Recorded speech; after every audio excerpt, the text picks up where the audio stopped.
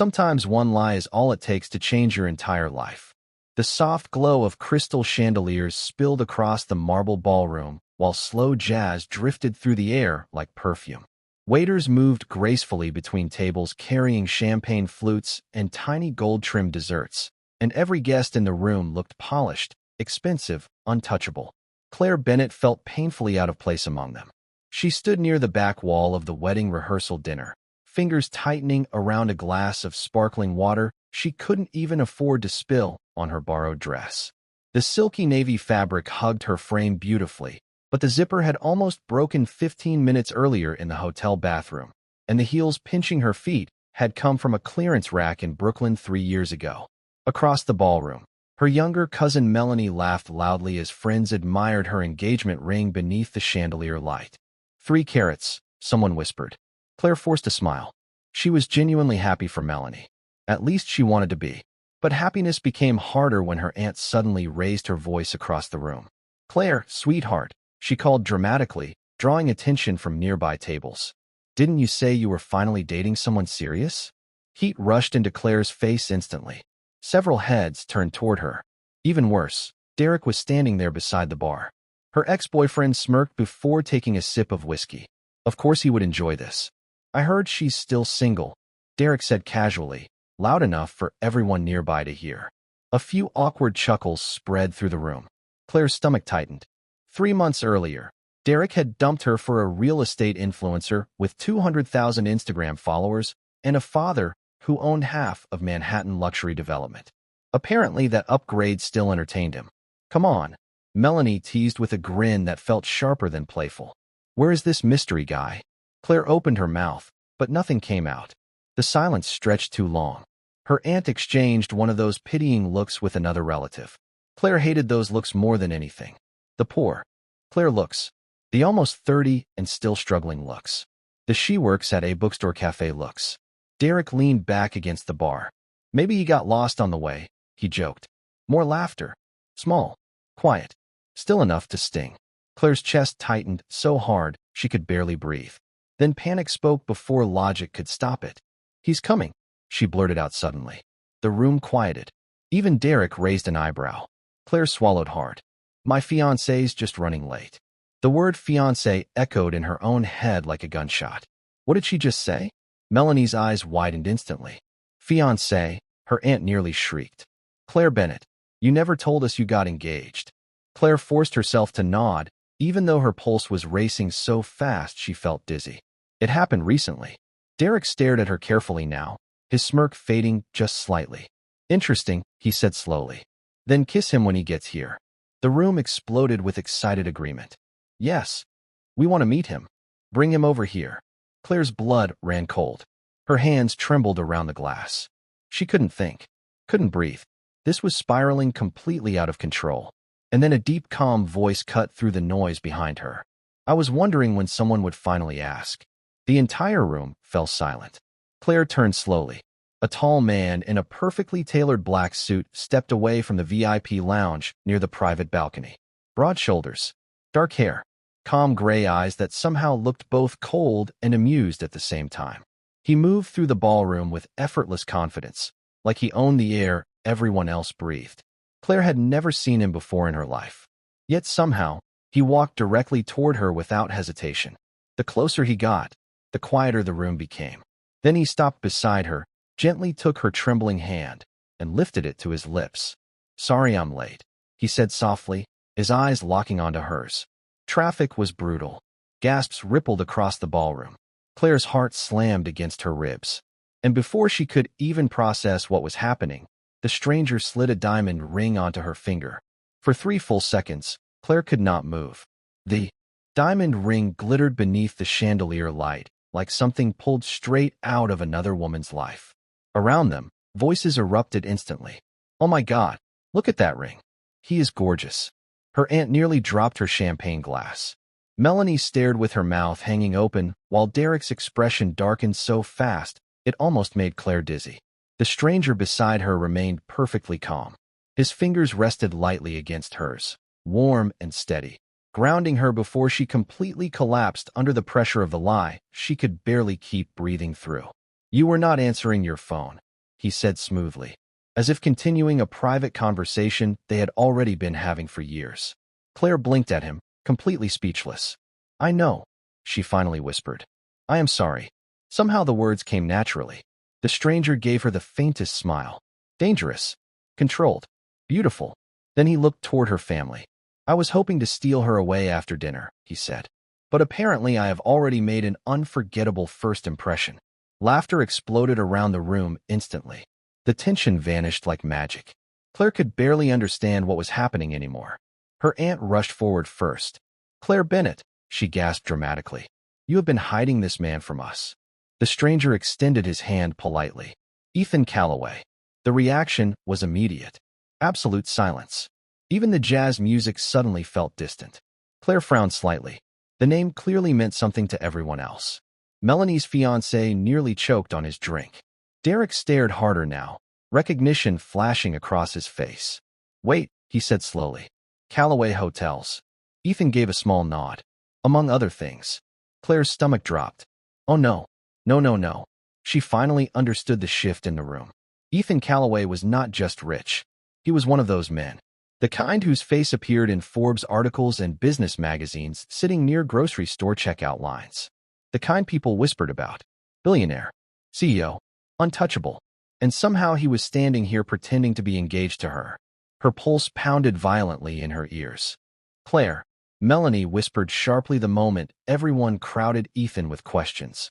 Why did you not tell us your fiancé was literally Ethan Calloway? Claire forced a weak smile. It happened fast. That part, at least, was true. Ethan glanced down at her then, amusement flickering briefly in his gray eyes like he knew exactly how close she was to passing out. Derek stepped forward suddenly, jaw tight. So this is real? He asked. Ethan's expression cooled instantly. I would not put a 4-carat diamond on her hand as a joke. The room exploded again. Claire nearly stopped breathing.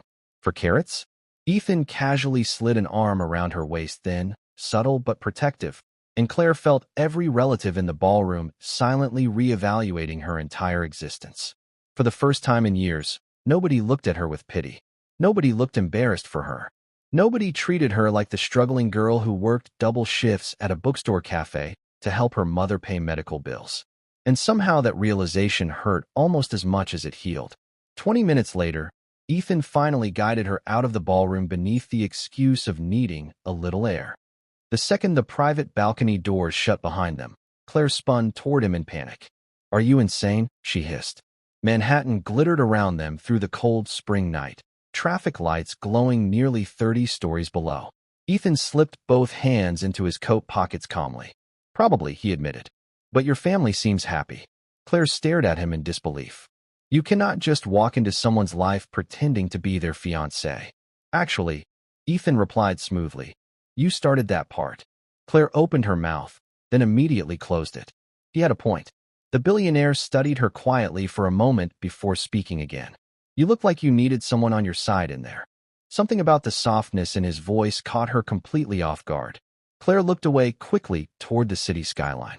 You do not even know me. No, Ethan said quietly. But I know humiliation when I see it. Silence settled between them while distant sirens echoed far below the hotel. Claire rubbed her arms against the cold wind. Okay, she finally said. You saved me. Thank you. But we should go back in there and tell them the truth before this gets worse. Ethan watched her carefully. Then he said the one thing she never expected. What if I told you I need this engagement too? Claire stared at him as cold wind swept across the balcony, tugging loose strands of blonde hair around her face. Manhattan shimmered below them in rivers of gold and white light, but her attention stayed locked on the billionaire, standing inches away from her like he had just casually rewritten reality. Need this? She repeated carefully. Ethan nodded once. Calm. Controlled. Like asking strangers to fake engagements happened every Tuesday night for him. My company is finalizing a merger with a luxury family hospitality brand, he explained. The board wants stability, warmth, a personal image people trust. Claire frowned. And somehow pretending to be engaged to a bookstore cafe employee helps with that? For the first time, a real smile touched his mouth. Small, genuine, dangerous enough to make her stomach unexpectedly tighten. You would be surprised how exhausted people are by fake perfection. Claire crossed her arms. This is fake perfection. No, Ethan said quietly. This is survival. The words landed heavier than she expected. Before Claire could respond, the balcony doors suddenly opened behind them. Melanie rushed out first, already squealing. We are taking engagement photos downstairs, she announced breathlessly. You two are not escaping. Claire panicked instantly. Ethan barely reacted. He simply looked at her and extended his hand again like he already knew she would take it. Smile, he murmured softly. Your family is watching. Claire hesitated for half a second before placing her hand in his. Warmth spread through her chest immediately, confusing and unwanted. Together they walked back into the ballroom, while whispers followed them from every direction. Claire could feel eyes tracking the massive diamond ring on her finger like it had become the most important thing about her overnight. Suddenly, people who barely spoke to her before wanted details. Her aunt hugged her twice in 10 minutes. Melanie demanded wedding stories that did not exist. Even Derek looked unsettled now, nursing another whiskey near the bar while silently watching Ethan with visible jealousy. It should have felt satisfying. Instead, Claire mostly felt numb. By the time the rehearsal dinner finally ended, nearly everyone in the ballroom knew her name. Not because she was Claire Bennett, because she belonged to Ethan Calloway. Outside the hotel entrance, cold spring air mixed with the sound of traffic and distant horns. Valets rushed between luxury cars, while paparazzi cameras flashed farther down the block near another celebrity event. Claire wrapped her thin coat tighter around herself. Ethan noticed immediately. Without a word, he removed his expensive black wool coat and draped it gently across her shoulders. The fabric still carried traces of cedarwood cologne and warmth from his body. You do not have to do that, she said quietly. I know. His driver pulled up moments later beside the curb in a sleek black SUV. Claire stepped back instantly. Okay, this has officially gone far enough. Ethan glanced toward her calmly. Has it? Yes. She lowered her voice. You are a billionaire. I work 12-hour shifts making cinnamon lattes and shelving used novels. Our worlds do not even exist on the same planet. Ethan studied her face carefully then. Maybe that is exactly why I chose you. Claire blinked. Excuse me. Every woman the board tries to pair me with feels rehearsed, he said. Tonight you were terrified, angry, embarrassed, impulsive, honest. His gray eyes held hers steadily. Real. Something inside Claire shifted uncomfortably. She looked away first. You still barely know me. Then let me. Silence stretched between them while New York buzzed around the curbside lights and passing taxis. Finally, Ethan reached into his inside coat pocket and handed her a sleek black business card embossed with silver lettering. Ethan Calloway, Chief Executive Officer. Calloway International. The card alone probably cost more than her monthly grocery budget. 6 weeks, he said softly. Public appearances. Family events. A believable engagement. Claire stared at him in disbelief. And when it is over? Ethan slipped both hands into his pockets again. We walk away. The answer should have relieved her. Instead, something about it felt strangely disappointing. Claire hated that immediately. Why me? She asked one last time. Ethan looked at her for a long moment before answering. Because when everyone in that ballroom laughed at you, he said quietly, you still tried to protect your dignity instead of destroying someone else's. The city noise suddenly felt very far away. Claire tightened her fingers around the business card while her pulse quietly betrayed her. Then Ethan stepped closer and gently adjusted the diamond ring still resting on her trembling hand. Think about it carefully, Claire, he said softly. Because if you say yes, your life is going to change completely. Claire barely slept that night. Every time she closed her eyes, she saw the diamond ring flashing beneath ballroom lights and Ethan Calloway looking at her like he had already decided something dangerous. By morning, her tiny Brooklyn apartment felt even smaller than usual. The radiator hissed loudly beside the kitchen window while rain tapped softly against the glass. Her mother sat wrapped in a blanket on the couch, reading one of Claire's used bookstore novels with tired eyes and a half-finished cup of tea beside her. You have been pacing for 20 minutes, her mother said gently. Either you robbed a bank or met a man. Claire stopped near the sink and let out a nervous laugh. What if I told you both happened emotionally? Her mother frowned slightly. Claire finally sat beside her and explained everything. The wedding rehearsal dinner. The fake fiancé. The billionaire. The proposal for 6 weeks of pretending. By the end of the story, her mother was staring at her in complete disbelief. Ethan Calloway, she whispered. Claire nodded weakly. Mom, I know how insane this sounds. Claire, her mother interrupted softly. That man owns half the hotels in Manhattan. Exactly. Claire buried her face in her hands. This is ridiculous. But her mother stayed quiet for a long moment before speaking again. Did he seem cruel? Claire looked up immediately. No, did he disrespect you? No. Then why are you really scared? Claire opened her mouth and stopped. Because deep down, she already knew the answer. She was not afraid of Ethan humiliating her. She was afraid of what it would feel like when this fantasy disappeared. Later that afternoon, Claire returned to the bookstore café in Manhattan, where she worked 6 days a week. The familiar scent of coffee beans and old paper wrapped around her instantly, grounding her after the surreal chaos of the last 12 hours. You are internet famous, her coworker Mia announced the second Claire stepped behind the counter. Claire froze.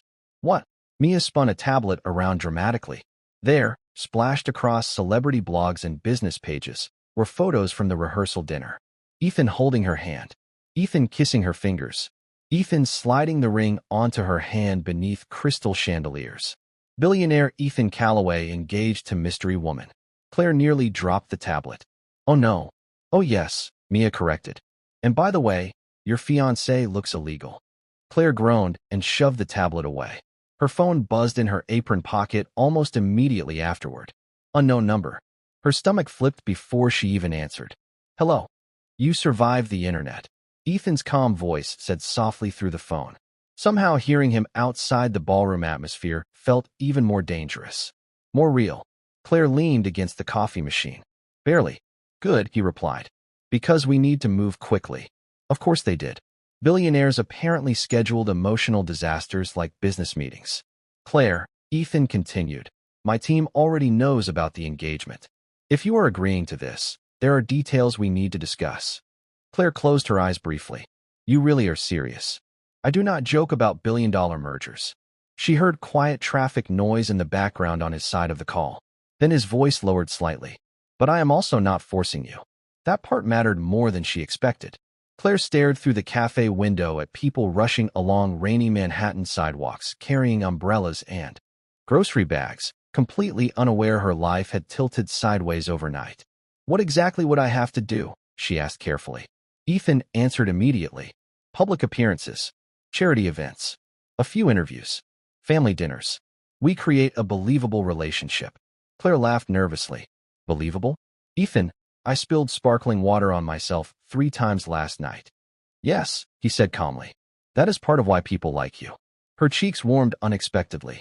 Before she could respond, her manager suddenly appeared near the counter holding several unpaid invoices with a stressed expression. Claire, he whispered quietly. The landlord raised our rent again.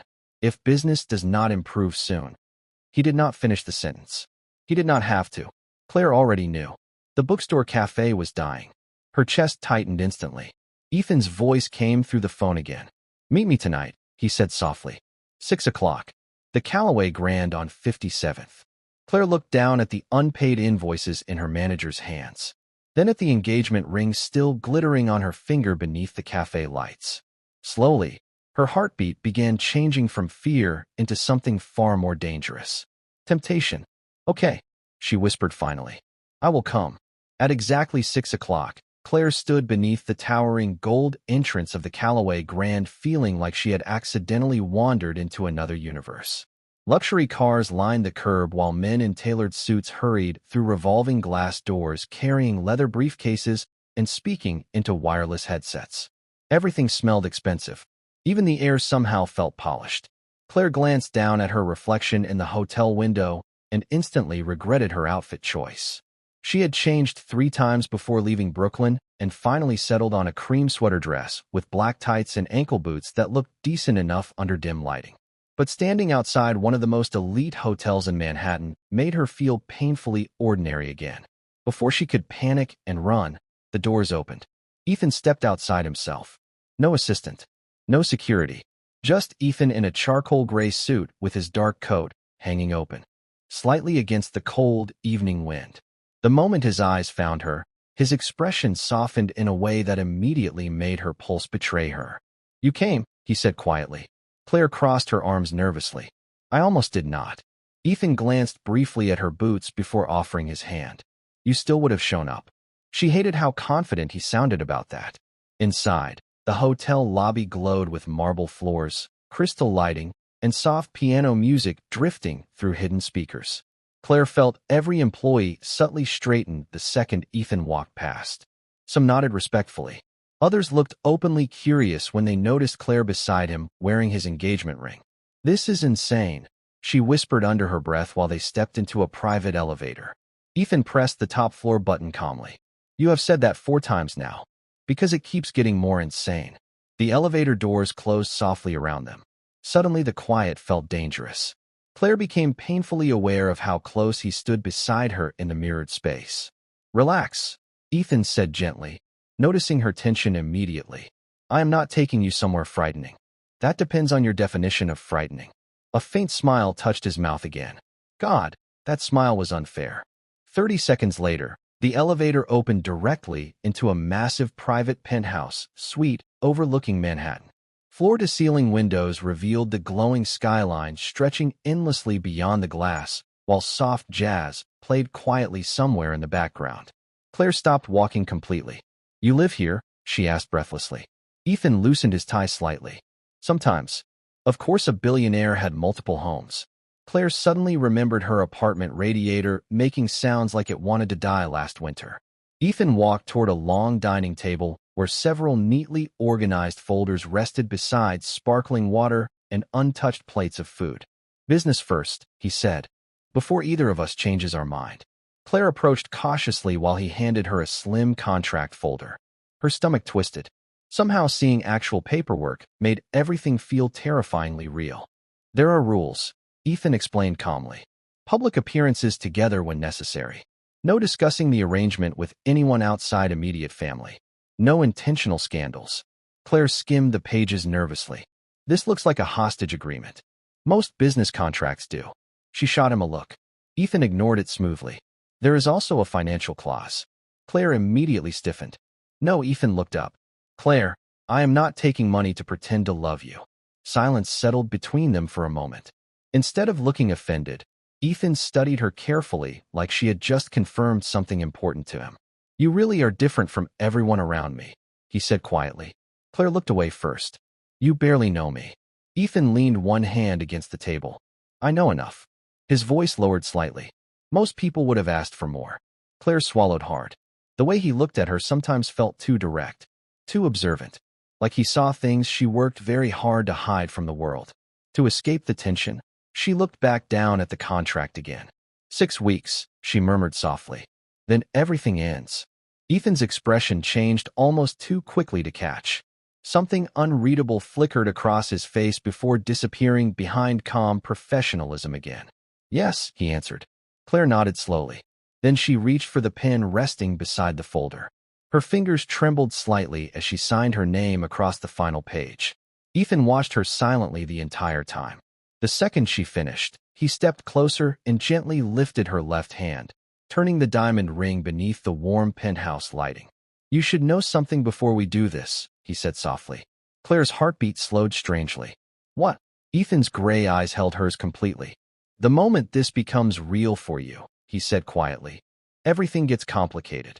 The next 2 weeks passed like a dream Claire could not fully wake up from. Every morning began with another headline, another photo, another version of her face appearing beside Ethan Callaway's across business magazines and celebrity blogs. America's most unexpected engagement. The mystery woman who captured Ethan Callaway. People who had ignored Claire her entire life suddenly cared what coffee she drank and where she bought sweaters. It was surreal, terrifying, addictive. And somehow Ethan made the entire performance feel dangerously effortless. Their first official appearance happened at a luxury charity fundraiser overlooking Central Park. Claire nearly had a panic attack before leaving the hotel suite prepared for her inside the Callaway Grand. She stood frozen in front of the mirror wearing a silver gown worth more than 3 months of her salary while stylists rushed around adjusting makeup brushes and jewelry trays. "I cannot do this," she whispered under her breath. Yes, you can. Ethan's voice came softly from behind her. Claire turned slowly. For a moment, she genuinely forgot how breathing worked. Ethan wore a perfectly tailored black tuxedo that made him look less like a businessman and more like the kind of man women ruin their lives for in old Hollywood films. His gray eyes met hers through the mirror reflection. You look beautiful, he said simply. No games. No performance. Just truth. Claire's pulse betrayed her instantly. This dress costs more than my car. That explains why it is not making strange noises. She laughed before she could stop herself. Ethan smiled slightly, like hearing that sound mattered more than he expected. An hour later, cameras exploded the second they arrived at the fundraiser. Flashes lit the sidewalk while reporters shouted questions from behind barricades. Claire instinctively froze. Ethan immediately reached for her hand.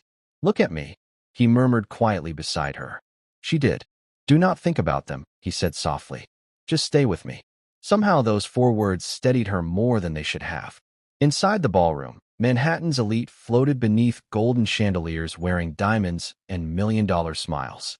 Claire recognized actresses, politicians, tech founders. Every single person seemed intimidatingly polished. She suddenly became hyper-aware of the fact she still worked morning shifts serving blueberry muffins and oat milk lattes 3 subway stops away. Relax your shoulders, Ethan whispered near her ear while they crossed the ballroom together. You look like you are walking toward a firing squad. Claire lowered her voice. These people can smell middle class. Ethan's mouth twitched slightly. Good. Maybe they will finally experience honesty. Throughout the evening, Ethan stayed close beside her without making it obvious. Every time reporters approached too aggressively, he redirected them smoothly. Every time wealthy strangers looked at Claire dismissively, Ethan introduced her with quiet pride that somehow changed the entire room's energy. But the moment everything shifted happened during dinner. A hotel investor at Ethan's table made an offhand joke about minimum wage workers being replaceable. Claire reacted before thinking. People are not replaceable, she said firmly. The entire table went silent.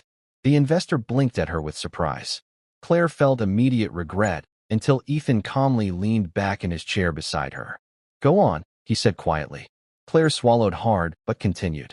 Most working people are one emergency away from losing everything, she said honestly. Yet they still show up every morning and treat strangers kindly. That matters. Silence settled around the table again. Then unexpectedly, one of the older board members nodded slowly.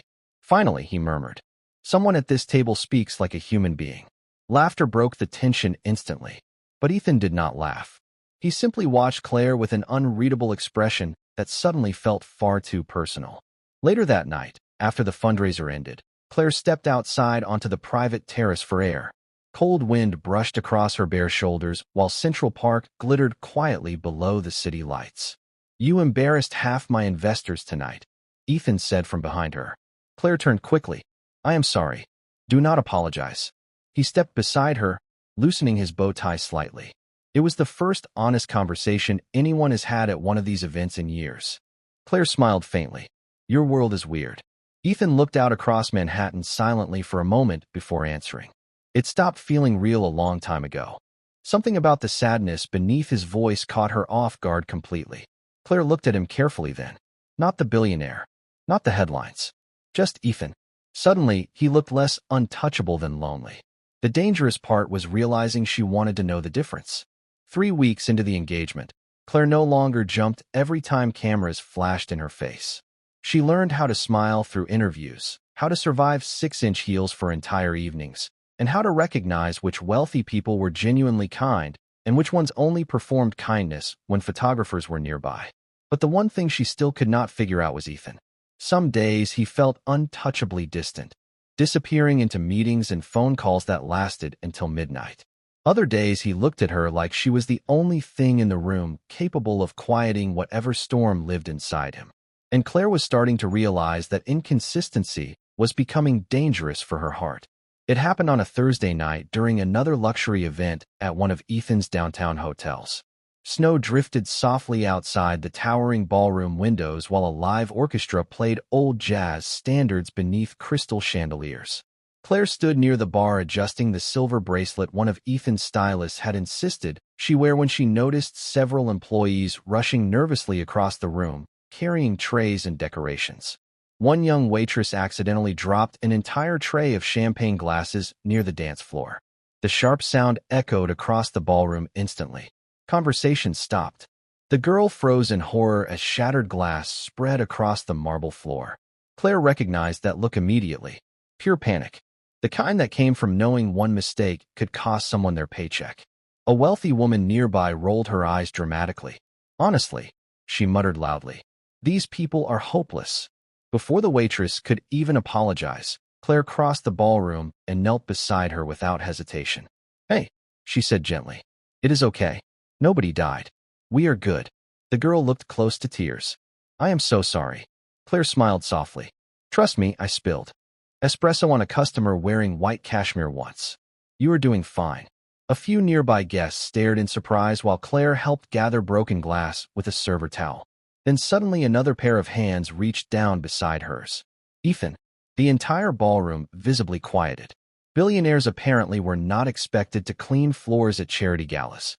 Ethan calmly picked up several pieces of shattered glass beside Claire without caring who watched. Maintenance is on the way, he told the terrified waitress gently. Take 5 minutes and breathe. The girl nodded so quickly she nearly cried. Claire looked up at Ethan in surprise. He simply shrugged slightly. You looked busy. Her chest tightened unexpectedly.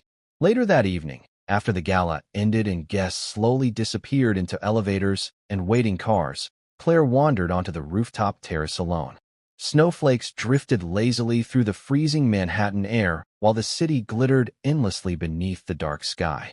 She wrapped her coat tighter around herself, breathing in the cold silence. You disappear a lot when you are thinking. Ethan's voice came from behind her again. Claire turned. He stood near the doorway without his suit jacket now, sleeves rolled slightly up his forearms, tie loosened from the long evening. Somehow he looked less like a billionaire tonight, and more like a tired man carrying invisible weight. I needed air, Claire admitted softly. Ethan walked beside her until they stood overlooking the skyline together. You were good with that waitress tonight, he said quietly. Claire smiled faintly. Because I have been her. Silence settled between them while snow landed softly against the terrace railing. Then Ethan spoke again. When I was 19, my father lost everything. Claire looked at him in surprise. Ethan rarely talked about himself. We lived in a one-bedroom apartment above a laundromat in Queens, he continued calmly. My mother worked double shifts at a diner. I stocked grocery shelves overnight. Claire stared at him. You? A small smile touched his face. I know. Hard to imagine without the tuxedo. She laughed quietly. Ethan looked out over the city again, but this time his expression carried something heavier. Older. People only respect success after you survive it, he said softly. Before that, they just call you a failure. Claire felt something inside her shift painfully at the honesty in his voice. Suddenly his obsession with control made sense. The perfection, the distance, the walls. Ethan turned toward her slowly then, snowflakes melting against his dark hair. That is why I noticed you that night, he admitted quietly. Everyone else in that ballroom looked at you with judgment. His gray eyes held hers completely now. You reminded me of who I used to be before money convinced everyone I was worth listening to. Claire's heartbeat slowed strangely. The cold air no longer felt cold at all. For a second, neither of them moved. The city noise disappeared beneath the snowfall. Ethan stepped slightly closer, his voice softer now. And honestly, Claire, his gaze dropped briefly to her lips before returning to her eyes. I am starting to forget which parts of this are supposed to be fake. Claire should have walked away the moment Ethan admitted the line between fake and real was starting to disappear. Instead, she stood frozen beneath the falling snow while his words settled somewhere dangerously deep inside her chest. The city lights blurred softly behind him, and for one reckless second, Claire imagined what it would feel like if none of this had started as a lie. Ethan looked at her like he was thinking the exact same thing. Then his phone rang. The moment shattered instantly. Ethan stepped back slightly, jaw tightening the second he looked at the screen. I have to take this, he said quietly. Claire nodded too quickly, grateful for the interruption and somehow disappointed by it at the same time. By the next morning, the distance between them had returned. Ethan disappeared into meetings for nearly 2 full days, while Claire attended interview prep sessions with his public relations team and charity planning lunches. She barely survived without accidentally insulting someone important. The emotional whiplash exhausted her. One moment Ethan looked at her like she mattered. The next he became cold, unreadable, unreachable again. Claire hated how much she noticed. On Friday evening, she returned to the bookstore café after another exhausting appearance and found the lights inside half turned off. Her manager stood near the register looking pale. "Tell me you have good news," Claire said weakly while removing her coat. He gave her a tired smile that immediately answered the question. "The landlord sold the building this morning." Claire froze completely. "What?" "Developers," he explained quietly. "Luxury retail expansion. We have 30 days." The words hit like ice water. Claire looked around the tiny bookstore cafe, suddenly feeling grief tighten painfully in her throat. The uneven wooden shelves. The handwritten staff recommendations taped beside novels. The old espresso machine that screamed every morning at 7. She had spent 6 years here. This place had carried her through her father's death, her mother's illness, heartbreak, loneliness. "I am sorry," her manager whispered. Claire nodded silently, pretending she was not close to tears. An hour later, she sat alone inside the dark cafe after closing, staring at unpaid bills spread across a small table while rain hammered softly against the front windows. Her engagement ring glimmered beneath the overhead light. Fake. Everything about it was supposed to be fake. So why did losing this place suddenly feel like losing the last real thing she had left? The front door suddenly opened. Claire looked up in surprise. Ethan stepped inside, holding a black umbrella dripping rainwater onto the entrance mat. He immediately noticed her expression. "What happened?" he asked quietly. Claire tried to smile. Failed completely. Ethan crossed the room without hesitation and sat beside her at the small cafe table. She handed him the building notice silently. His eyes scanned the page once before his jaw tightened. "They sold it to Mercer Development." Claire frowned slightly. "You know them?" Ethan's expression darkened almost imperceptibly. "Unfortunately." Silence settled between them while rain tapped against the windows. Finally, Claire laughed bitterly under her breath. "I guess this is what happens eventually. Places like this disappear. Nobody notices." Ethan looked around the little bookstore cafe carefully then. The worn couches. The crooked poetry shelf. The local art pinned beside the counter. "I noticed," he said softly. Claire looked at him. Ethan's gray eyes held hers steadily. "You love this place." The simple observation nearly broke her.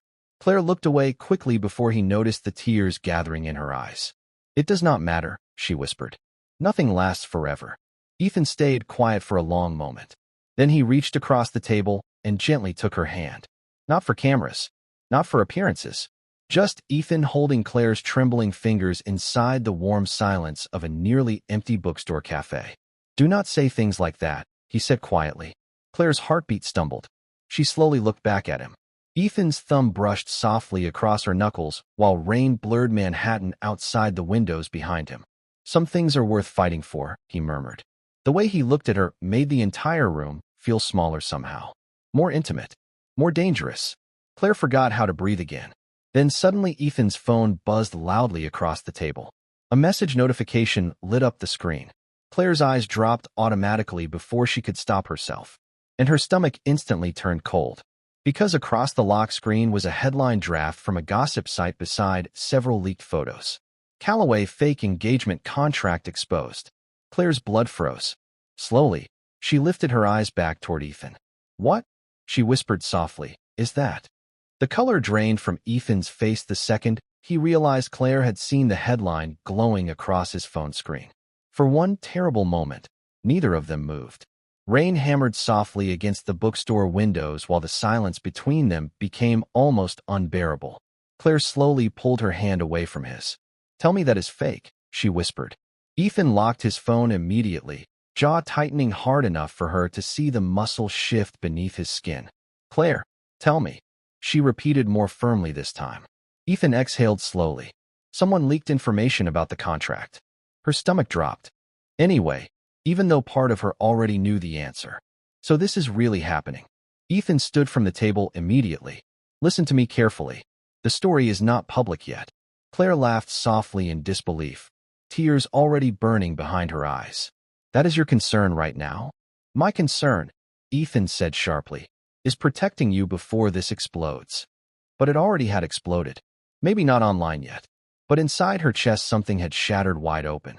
Claire pushed back her chair and stood quickly, grabbing her coat with trembling hands. Claire, do not. She looked at him finally, hurt flooding across her face in a way that visibly shook him. I trusted you. Ethan stepped closer immediately. Everything between us changed weeks ago. Did it? Her voice cracked softly.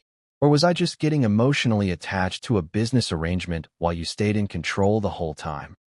Ethan's expression darkened painfully. That is not fair. No, Claire whispered. What is unfair is finding out from a gossip headline that my entire relationship is basically corporate strategy. Ethan ran a frustrated hand through his hair, the calm billionaire mask finally slipping for the first time since she met him. I was going to tell you. When? Claire demanded quietly. After the internet destroyed me first? Silence answered loudly enough. Tears blurred her vision now. Humiliating and impossible to stop. You know what the worst part is? She whispered. I think I forgot this was fake. Ethan's face changed instantly. Pain. Real pain. But Claire could not survive seeing it right now. She shook her head once and stepped backward. I cannot do this anymore. Claire, please. She had never heard Ethan sound desperate before. That somehow made everything worse. Claire grabbed her bag and walked toward the cafe door while rain and city lights blurred together outside the glass. Just before leaving, she stopped without turning around. You once told me some things are worth fighting for, she said quietly. But I do not think you know how. Then she walked out into the rain. The next 48 hours became a disaster.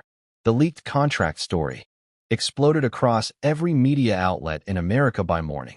Fake fiancé scandal rocks Callaway empire. Billionaire romance exposed as public relations scheme. Claire's face appeared everywhere beside cruel headlines calling her manipulative, desperate, fame-hungry. Strangers online dissected her clothes, her job, her family, her worth. Ethan's public relations team begged her not to leave her apartment. She ignored every phone call from him anyway. Meanwhile, Ethan Callaway shocked the business world by canceling every interview and public appearance connected to the merger. Rumors spread that investors were furious. The board panicked. But Ethan only cared about one thing. Claire. 3 days later, Claire stood outside the bookstore café one final time as workers prepared to empty the building forever. Gray clouds hung low over Manhattan, while cold wind rushed down the street, carrying the scent of rain and traffic. Claire stared through the front windows at the little cafe that had once felt like home.